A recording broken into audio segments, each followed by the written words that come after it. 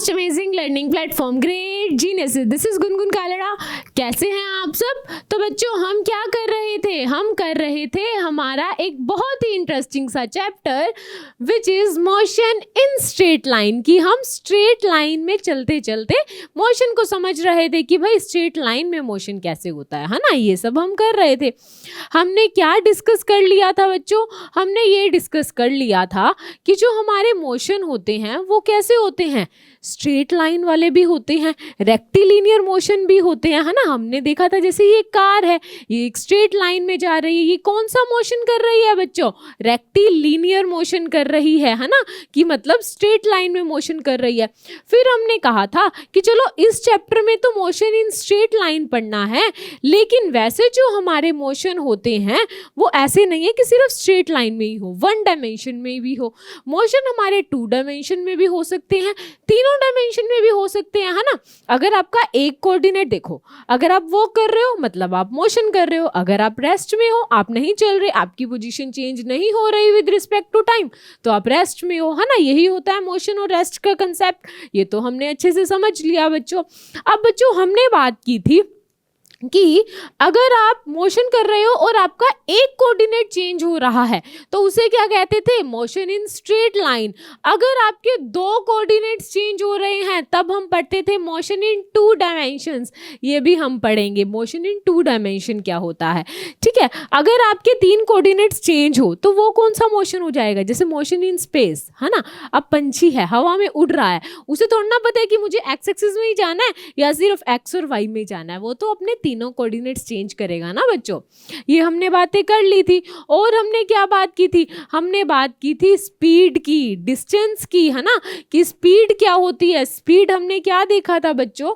हमने यहाँ पे देखा था, हम पहले स्पीड और वेलोसिटी में डिफरेंस देखते हैं। क्या कहा था हमने? हमने कहा था कि speed is the time rate of change of distance of body, है ना। स्पीड क्या है? Rate of change of distance है। वेलोसिटी क्या है? Rate of change of displacement है ना। ये तो मैंने आपको क्लियर कर दिया था कि डिस्टेंस क्या होता है और डिस्प्लेसमेंट क्या होता है, ये हमने अच्छे से समझ लिया था। और हमने कहा था स्पीड, डिस्टेंस हमारी एक स्केलर क्वांटिटी है ना, उसको डायरेक्शन से लेना देना नहीं है। डिस्प्लेसमेंट हमारी क्या होती है बच्चों? एक वेक्टर क्वांटिटी होती है जिसको डायरेक्शन से लेना देना होता है ना। तो हमने यहाँ पे कहा कि जो स्पीड होती है वो आपको डायरेक्शन के बारे में कुछ भी नहीं बताती है, लेकिन जो आपकी वेलोसिटी है वो आपकी डायरेक्शन के बारे में, बॉडी की डायरेक्शन के बारे में बताएगी।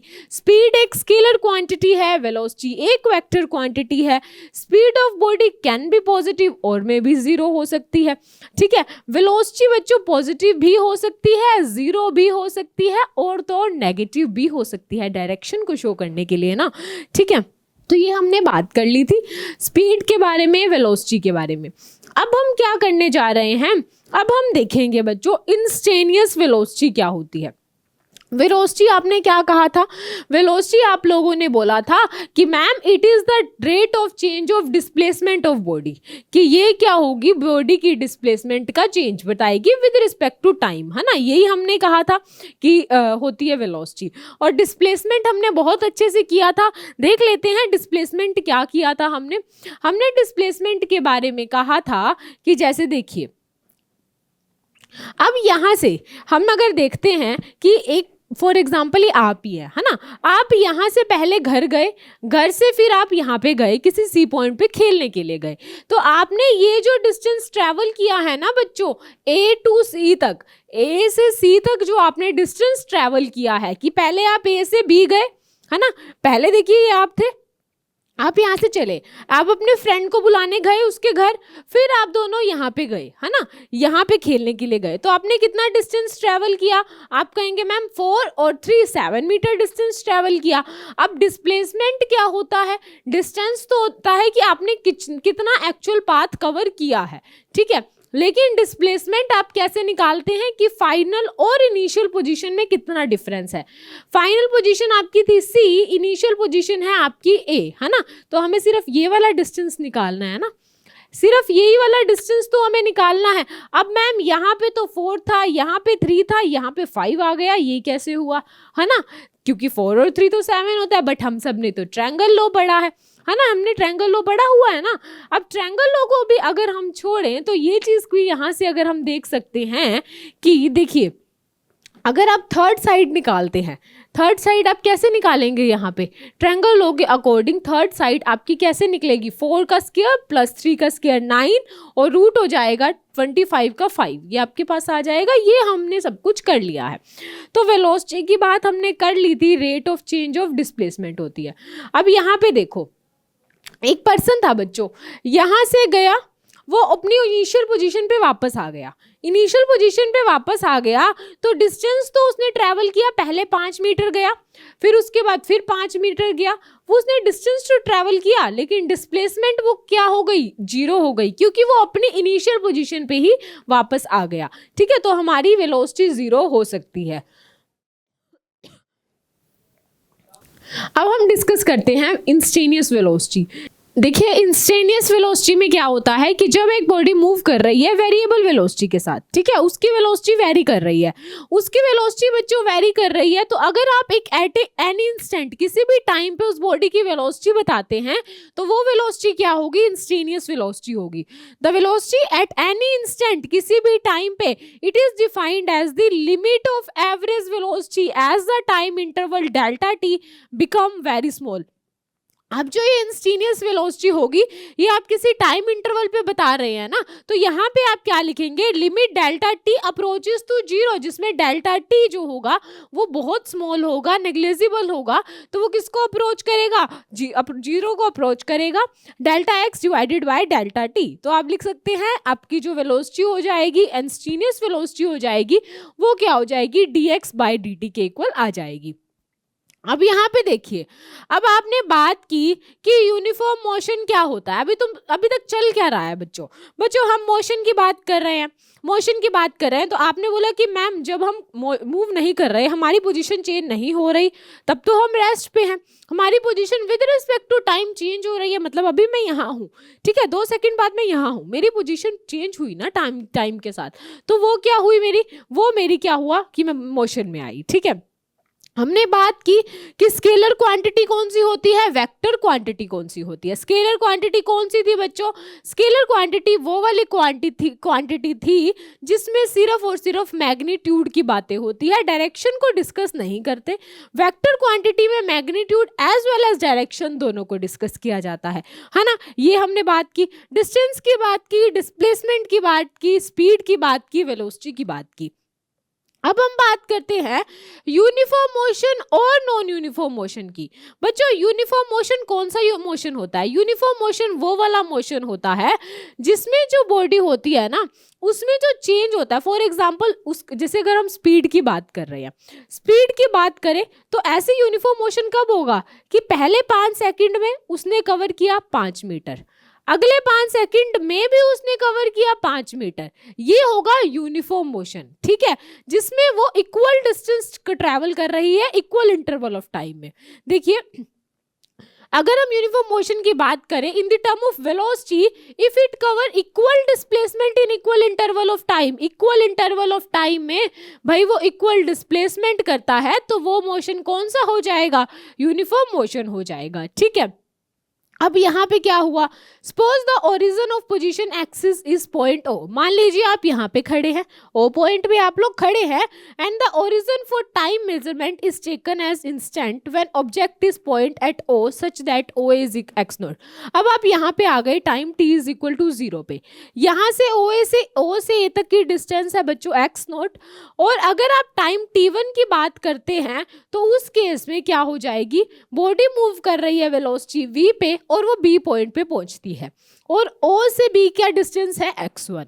ठीक है, टाइम t2 पे बॉडी कहाँ पहुंचती है, सी पॉइंट पे पहुंचती है, ओ से सी तक की डिस्टेंस क्या है, ओ से सी तक की डिस्टेंस है मैम x2। तो हमने ये पढ़ा हुआ है, हमने क्या रीड किया हुआ है, हमने जैसे v is equal to u plus 80 read किया हुआ है बच्चों, v is equal to u plus 80, है ना। अगर आप यहाँ पे देखिए क्या होगा हमारे पास, v is equal to u plus 80, यही होता है। अगर आप यहाँ पे एक चीज देखो, वेलोसिटी किसके इक्वल होती है बच्चों, वेलोसिटी आप लोग कहेंगे मैम डिस्प्लेसमेंट अपॉन टाइम होता है, वही velocity rate of change of displacement upon time ही होता है। तो अगर मैं यहाँ पे v की वैल्यू अगर मैं यहाँ पे डिस्प्लेसमेंट की टर्म में निकालना चाहूँ तो मैं क्या कर सकती हूँ, तो मैं इसको टाइम से मल्टीप्लाई कर दूँ। अगर इधर भी v इंटू टी कर दूँ, u इंटू टी कर दूँ, यहाँ पे मैं अगर v इंटू टी करती हूँ बच्चों, और इधर भी u इंटू टी करती हूँ, प्लस इधर भी a t इंटू टी करूँगी, यही करूँगी। वेलोसिटी इंटू टाइम क्या होता है, वेलोसिटी इंटू टाइम तो हमारे पास क्या आ जाएगी, डिस्प्लेसमेंट आ जाएगी ना। डिस्प्लेसमेंट कौन सी, डिस्प्लेसमेंट हम अभी तक कहाँ पहुंचे हैं, बी पॉइंट तक पहुंचे हैं, तो हमारे पास क्या आ जाएगा x1। अब यहाँ पे शुरुआत कहाँ से हुई थी, x नोट से हुई थी ना, शुरू में डिस्प्लेसमेंट आपकी x नोट थी, ठीक है। तो इनिशियल वेलोसिटी इंटू टाइम क्या आ जाएगा, x नोट आ जाएगा। a इंटू टी, एक्सेलरेशन क्या होता है, rate of change of velocity, है ना, यही होता है ना। तो एक्सेलरेशन v बाई टी, है ना, यही होता है। तो यहाँ पे t से t कैंसिल हो जाएगा, तो ये कितना आ जाएगा, v इंटू t1, क्योंकि अभी हम टाइम t1 तक पहुंचे हैं। ऐसे ही हम सेकंड के लिए इक्वेशन निकाल लेंगे, which is equal to x2 is equal to x naught plus v2, ठीक है। अब यहाँ से आप देखिए, अगर मैं इन दोनों इक्वेशन को सब्ट्रैक्ट करूँ तो मेरे पास क्या आ जाएगा बच्चों, x2 माइनस x1 मेरे पास आ जाएगा v t2 माइनस t1 के इक्वल आ जाएगा, है ना। तो इधर से v किसके इक्वल आ जाएगा मेरे पास, x2 minus x1 divided by t2 minus t1 के इक्वल आ गया। तो आपको पता चल गया ना कि वेलोसिटी की वैल्यू क्या आई, है ना, कि क्या आपकी वेलोसिटी की वैल्यू निकल कर आई है। देखिए, अगर आपको यूनिफॉर्म मोशन की बात करनी है तो भाई मैम यूनिफॉर्म मोशन के लिए हमें ये की चीज ध्यान रखनी है कि इक्वल डिस्प्लेसमेंट हो इक्वल इंटरवल ऑफ टाइम में, है ना। देखिए, जनरली द डिस्प्लेसमेंट मे और may not be equal to the actual distance covered by an object. हो सकता है कि डिस्प्लेसमेंट इक्वल हो, इक्वल ना ही हो, ये तो हमने देख लिया ना, ये तो आप लोगों ने बात कर ली है। अब यहाँ पे देखो, जैसे हमने वही केस किया था, आप अपने घर से चले, ठीक है, आप अपने घर से चले, आप कुछ खाने के लिए मार्केट चले गए, फिर आप वापस क्या आ गए, अपने घर पे आ गए, है ना। आप कुछ खाने के लिए मार्केट गए, फिर वापस अपने घर पे आए। एक केस तो ऐसे हुआ कि आप यहाँ अपने घर से मार्केट तक का आपका रास्ता जो एक्चुअल पाथ आपने कवर किया है ये होगा, ये क्या हो जाएगी, आपकी डिस्प्लेसमेंट हो जाएगी। एक केस क्या होगा बच्चों कि पहले आप घर से गए, फिर आपने अपनी फ्रेंड को लिया, फ्रेंड के साथ आप मार्केट गए, तो डिस्टेंस क्या होगा कि आपसे आपके घर से आपके फ्रेंड के घर तक का डिस्टेंस और वहां से लेके आपके मार्केट तक का डिस्टेंस, यही होगा डिस्टेंस। तो जरूरी नहीं है कि डिस्टेंस डिस्प्लेसमेंट के इक्वल हो हमेशा। However when uniform motion take place long a straight line in given direction, the magnitude of displacement is equal to the actual distance covered by the object, ठीक है। The velocity of uniform motion is same for different choices of t1 and t2। The velocity of uniform motion is not affected due to the shift of origin. अगर आपका origin shift हो रहा है तो velocity पे effect नहीं पड़ेगा। Time t1 ले लिए, t2 ले लीजिए, आपकी यूनिफॉर्म मोशन की वेलोसिटी सेम ही रहेगी। The positive value of velocity means object is moving toward right the origin. अगर क्या है वेलोसिटी की भाई आ गई दो वैल्यू, एक आ गई नेगेटिव, एक आ गई पॉजिटिव। अब right to the origin, right to the origin कौन सी एक्सिस होती है बच्चों, positive. Left to the origin कौन सी एक्सिस होती है, नेगेटिव होती है। तो राइट टू द ओरिजिन कभी भी होगा तो इसका मतलब है पॉजिटिव वैल्यू आ रही है अगर आपकी, तो इसका मतलब है ऑब्जेक्ट ओरिजिन के राइट में जा रहा है। While negative velocity means that motion is toward the left of origin, negative velocity है तो इसका मतलब है ऑब्जेक्ट आपका लेफ्ट में गया है ओरिजिन के, है ना, क्योंकि नेगेटिव एक्स एक्सिस इधर होती है, ये तो हमें पता है, ये ओरिजिन होता है, ये पॉजिटिव एक्स एक्सिस, ये नेगेटिव एक्स एक्सिस, ये पॉजिटिव वाई एक्सिस, ये नेगेटिव वाई एक्सिस, ये तो हम सबको पता है ना। For an object to be uniform motion, no cause or effort, no force is required. अब देखो, अब अपने यूनिफॉर्म मोशन में चलना है। यूनिफॉर्म मोशन के लिए आपने ये तो न्यूटन का फर्स्ट लॉ पढ़ा है ना। न्यूटन का फर्स्ट लॉ क्या कहता है बच्चों, न्यूटन का फर्स्ट लॉ कहता है कि अगर एक बॉडी रेस्ट में है, मैंने ही पढ़ाया ना आपको कि अगर एक बॉडी रेस्ट में है तो वो रेस्ट में रहेगी, मोशन में है तो वो सेम वेलोसिटी से मोशन करती रहेगी, यूनिफॉर्म मोशन में रहेगी जब तक आप फोर्स अप्लाई ना करें। तो यहाँ पे यूनिफॉर्म मोशन में ही रह रही है ना, आपको क्या जरूरत फोर्स अप्लाई करने की, क्यों एनर्जी वेस्ट करे, है ना। तो ये हमें समझ आ गए, कुछ पॉइंट्स थे। ये देखिए पोजीशन टाइम ग्राफ बताया हुआ है बच्चों यूनिफॉर्म मोशन के लिए। यहाँ पे देखिए आपका ऑब्जेक्ट, आपकी ऑब्जेक्ट क्या है, यहाँ पे एक्स नोट से शुरू हुआ है, ओरिजिन से शुरू नहीं हुआ चलना, ठीक है। अगर वो चलना ओरिजिन से शुरू होता ना बच्चों तो हमारा ग्राफ ऐसे स्ट्रेट लाइन आता, बट यहाँ पे ओरिजिन से नहीं हुआ शुरू, वो कुछ पॉइंट के बाद, एक्स नोट के बाद आपका ऑब्जेक्ट चलना शुरू हुआ, और उसके बाद आप क्या देख रहे हैं कि ये जो स्लोप होगी पोजिशन टाइम ग्राफ की वो आपकी वेलोसिटी बताएगी। अब यहाँ पे देखो, अब यहाँ पे देखो हमारे पास लो पोजीशन टाइम ग्राफ की वेलोसिटी कैसे बताएगी। अब यहाँ से आपका ऑब्जेक्ट चला, ठीक है, ये आपका ऑब्जेक्ट चला। अब यहाँ पे आप क्या देख रहे हो कि टाइम के with respect to position change हो रही है, ठीक है, हो रही है ना, टाइम के with respect to position change, है ना, तो यही तो होती है विद वेलोसिटी, है ना। अब देखिए अगर हम इस एक्सिस का ग्राफ लेते हैं, स्लोप देखते हैं, तो वो हमारे पास क्या आ जाएगा, स्लोप यहाँ पे आ जाएगा BC अपॉन AC आ जाएगा, स्लोप हमारे पास BC अपॉन AC के इक्वल आ जाएगा। तो अगर आप ये चीज देखिए BC हमारे पास यहाँ पे किसके इक्वल होगा, अगर यहाँ से लेके टोटल डिस्टेंस बच्चों x2 है और इतनी डिस्टेंस x1 है, मेरी बात ध्यान से सुनो, यहाँ पे मैंने आपको कहा O से C तक की डिस्टेंस तो भाई x1 है, लेकिन O से B तक की डिस्टेंस x2 है, तो आप कहोगे ना मैम B से C तो x2 माइनस x1 होगा, यही होगा ना, B से C तक x2 माइनस x1 होगा। AC हमारे पास क्या आ जाएगा, AC भी हमारे पास, यहाँ से यहाँ तक टाइम लगा T1, यहाँ से यहाँ तक टाइम लगा T2, तो भाई AC निकालना है T2 माइनस T1 आ जाएगा, है ना। तो ये हमारे पास वेलोसिटी यही तो कहती है भाई, velocity rate of change of displacement, rate आ गया तो टाइम की बात आ गई ना, ठीक है, ये हमने निकाल दिया। अभी और देखते हैं velocity time graph uniform motion के लिए। आप यहाँ पे देख रहे हैं यूनिफॉर्म, यहाँ पे आपने बच्चों पोजीशन टाइम ग्राफ किया है ना। अब यहाँ पे वेलोसिटी टाइम ग्राफ, अब मेरी बात ध्यान से सुना, अब वेलोसिटी टाइम ग्राफ, तो वेलोसिटी और टाइम के बीच की बात होगी, एक एक्सिस पे वेलोसिटी एक एक्सिस पे टाइम। पोजीशन टाइम की बात की थी तो एक एक्सिस पे पोजीशन लिया और एक एक्सिस पे टाइम लिया। अब पोजीशन की यूनिट क्या होती है मैम, मीटर ही तो होती है, टाइम की सेकंड ही तो होती है, वेलोसिटी की मीटर पर सेकंड होती है, ये हमें पता है ना। अब वेलोसिटी टाइम ग्राफ है, अब कोई मुझे ये सोच के बता सकता है कि यहाँ पे स्ट्रेट लाइन क्यों आई बच्चों, यहाँ पे स्ट्रेट लाइन क्यों आई, सोचो। देखो यहाँ पे यूनिफॉर्म मोशन हो रहा है, यूनिफॉर्म मोशन में क्या वेलोसिटी चेंज होती है, अगर वेलोसिटी चेंज ही हो रही है तो वो यूनिफॉर्म मोशन कैसे रहेगा, है ना। तो यहाँ पे कौन सा मोशन है, यूनिफॉर्म वेलोशन है। तो देखो टाइम T1 पे भी जो वेलोसिटी थी सेम रही, टाइम T2 पे भी जो वेलोसिटी थी सेम रही, वेलोसिटी चेंज तो नहीं हो रही ना, सेम है ना। देखो फॉर एग्जांपल यहाँ पे 25 है, ऐसे है, देखो यहाँ पे है 5, 10, 15, 20 और मान लो यहाँ 25, ठीक है। यहाँ पे टाइम भी आप ले लो, 5 सेकेंड, 10 सेकेंड, है ना, 15 हो गया, 20, 25, ठीक है। ये देखो अब यहाँ पे आप देखो 15 सेकेंड पे भी वेलोसिटी 25 थी, 15 सेकंड पे जब वो था तब भी उसकी वेलोसिटी 25 थी, फिर वो 20 सेकंड पे आया तब भी उसकी वेलोसिटी 25 रही, फिर वो 25वें सेकंड पे आया तब भी वेलोसिटी सेम रही, तो वेलोसिटी में चेंज नहीं आया ना। तो यहाँ पे क्या कहा, area under velocity time graph give the displacement of body, कि भाई ये जो तुमने एरिया अंडर है ना वेलोसिटी टाइम ग्राफ, ये तुम्हें डिस्प्लेसमेंट दे सकता है।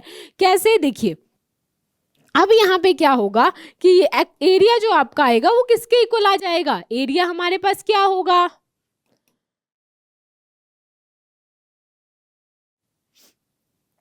अब देखो यहां से मेरी बात ध्यान से सुनो, एरिया क्या होता है, आप कहोगे मैम लेंथ इनटू ब्रेथ, है ना, लेंथ इनटू ब्रेथ ही करते हैं ना। अब यहाँ पे देखो ये हमारे पास यहाँ से यहाँ तक का डिस्टेंस क्या है, v है, ठीक है। टाइम यहाँ पे इसका एरिया निकालना है ना कर्व का, क्या चेंज हो रहा है, T2 माइनस T1, क्योंकि देखो ना बच्चों हम इसका निकालना चाह रहे हैं, तो यहाँ से यहाँ तक का डिस्टेंस आपने कहा v, टोटल टाइम है T2, यहाँ तक का टाइम है T1, तो भाई ये वाला तो T2 माइनस T1 आ जाएगा ना, तो लेंथ इनटू ब्रेथ से एरिया भी निकल गया, ठीक है। अब बात करते हैं भाई नॉन यूनिफॉर्म मोशन की। यूनिफॉर्म मोशन तो हो गया है ना, अब नॉन यूनिफॉर्म मोशन क्या है?